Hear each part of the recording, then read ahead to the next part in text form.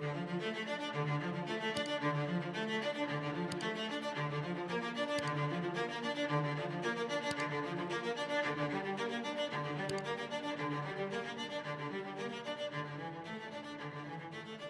effective is in the beginning stages of an investigation to see what has changed for directors of development of color since the launch of the Money, Power, and Race report 5 years ago. So much has changed in the world in the past 5 years. I mean, we saw the racial reckoning after the murder of George Floyd in 2020.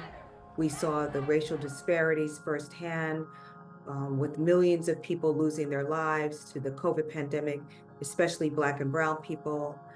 We did see the humanity in this country as people took to the streets nationwide in protest, and the amount of financial support that went to Black-led organizations and to those that provide services to marginalized communities. But the one thing to lift up about that financial support is that in most instances, they were one-time gifts. And for many of those organizations, it really didn't turn the needle in their infrastructure and in their programming because so many organizations were already underfunded. We are concerned because it feels like we are moving further away from implementing DEI and racial equity.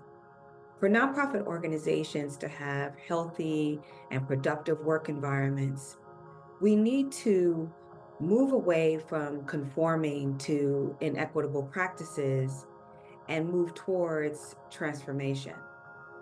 If we really truly believe in social change and racial equity, it really does mean that each of us have to truly pay attention to how we're showing up in every space we enter.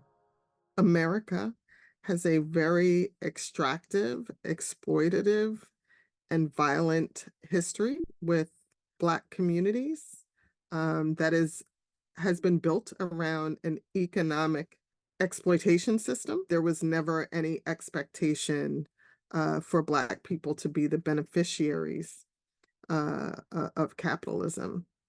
And in many ways, today's philanthropic model, structure, institution is an extension of capitalism. One of the things that was shocking to me early in my development journey was how far we haven't come and how comfortable many, but not all, wealthy donors feel to spew racist, misogynistic, and disrespectful rhetoric. I'll give you an example. I worked with an organization that exclusively supported Black and Latinx members of the community. This is not my current organization, because that seems to be a recurring theme in terms of service delivery from my career. And I felt really strongly that there was no Latinx representation at the board level. Specifically, we had a very high percentage of Dominican Americans participating in the program. And I was admonished by our largest donor that there was no need to emphasize the need for Dominican representation at the governance level because Dominicans don't know how to manage money. We know that Black-led organizations get significantly less resources, and those resources often don't come as innovation investments. People often fund Black leaders to maintain the status quo. So you know that there are these perceptions, but the power dynamic is so potent that in that moment, that person didn't feel any compunction to demonstrate any modicum of restraint.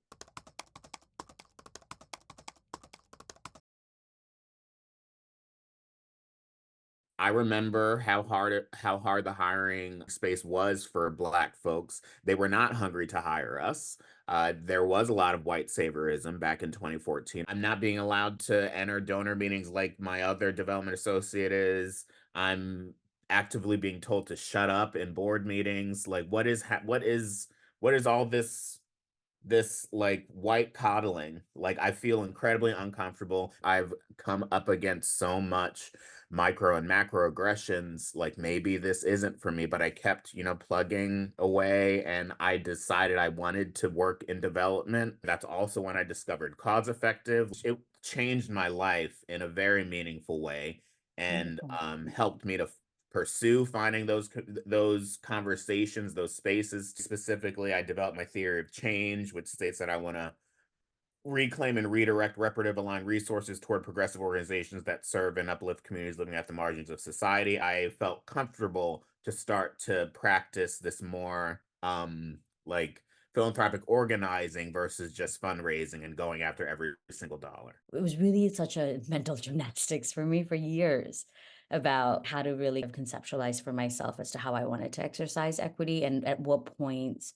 I wanted to advocate for myself as a brown woman of color. Cause Effective, honestly, was like my hub, really, when I think about it, in terms of where I learned a lot of my developments, grassroots fundraising, and some of these other really critical tools that I really still use, like just get a more holistic idea of how I want to drive a fundraising strategy. As a white professional, it was palpable how much access I had, how much trust I had to both funders and elected officials through various positions. I like to believe that the trust in me as a professional was warranted. Fundraising in and of itself is such a racist practice. The fact that data shows that Black and Brown run organizations do not get the funding that they need to run their organizations, and this has systemically, impacted their capacity to deliver services to people in need. But when they do get it, there are so many more strings attached, and their work is that much harder to prove themselves. So there's, the opportunity to show the data, to discuss the data, to talk about trust-based philanthropy. So the educational component, I think, is really important, but then to hold people accountable for their practices and not just educate, but how do we develop a system where, we as the recipients of foundation funding or even individual philanthropic funding, we should be accountable. But how are foundations accountable for how they disperse money, and who's holding those strings, and how do we make them accountable is something that I grapple with. And we have had on a local level here in Westchester some of these conversations, but they will go just so far.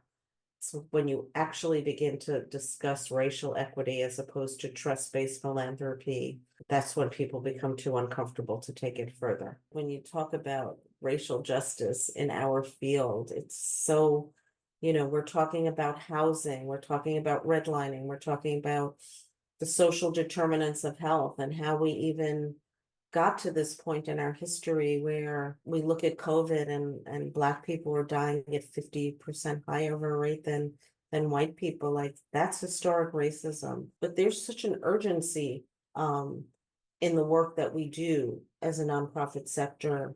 And what it means in our field is to address it with the urgency that it is. I think there's a lot of isolation as a BIPOC leader in fundraising, in the fact that it takes so much more than a non-BIPOC fundraising professional to just show up, to be valued for who you are, to be appreciated, and more than anything, to be taken seriously. As an individual, I've had to be proactive and to search out leadership programs, management programs, particularly around development. And so really doing an in-depth search on my own as to, this is where I see the strength as being a BIPOC leader, fundraising leader.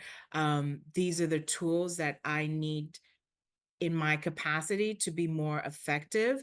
And how do I go about finding those tools? How do I connect to different networks? How do I connect to different people? And I think that there is such a need as we look at a lot of organizations and nonprofits who focus with working with, BIPOC participants or clients in really supporting the fundraising leaders who make development work possible for those organizations. It really has to be ongoing, and there's new challenges that we face daily. I've definitely been in spaces where I've engaged with like high net and ultra high net worth individuals who did not look like me.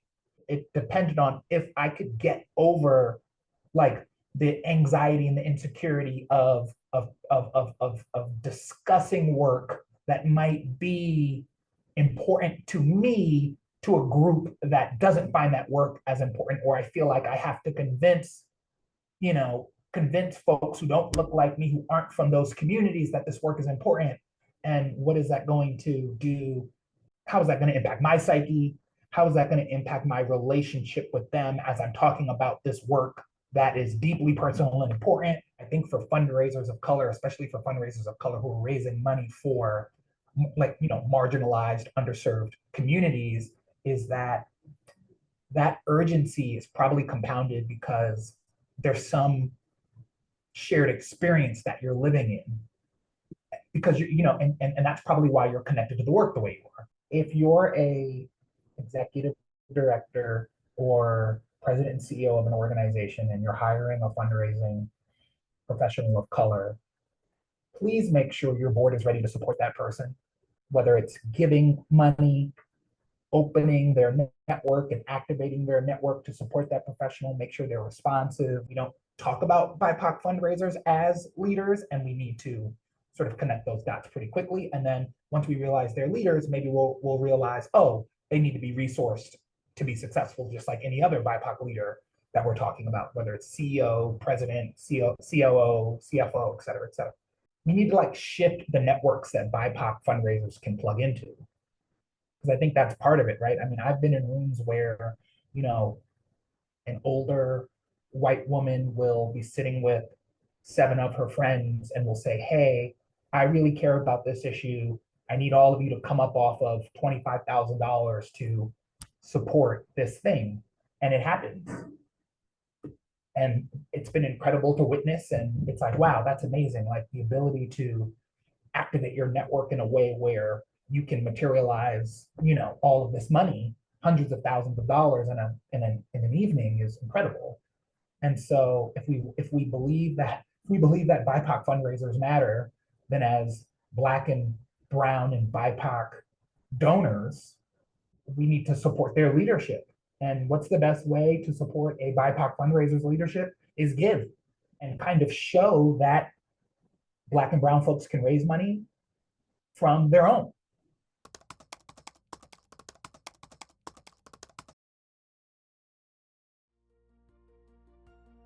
Advancing DEI and racial justice in our field means dismantling so many historic systems.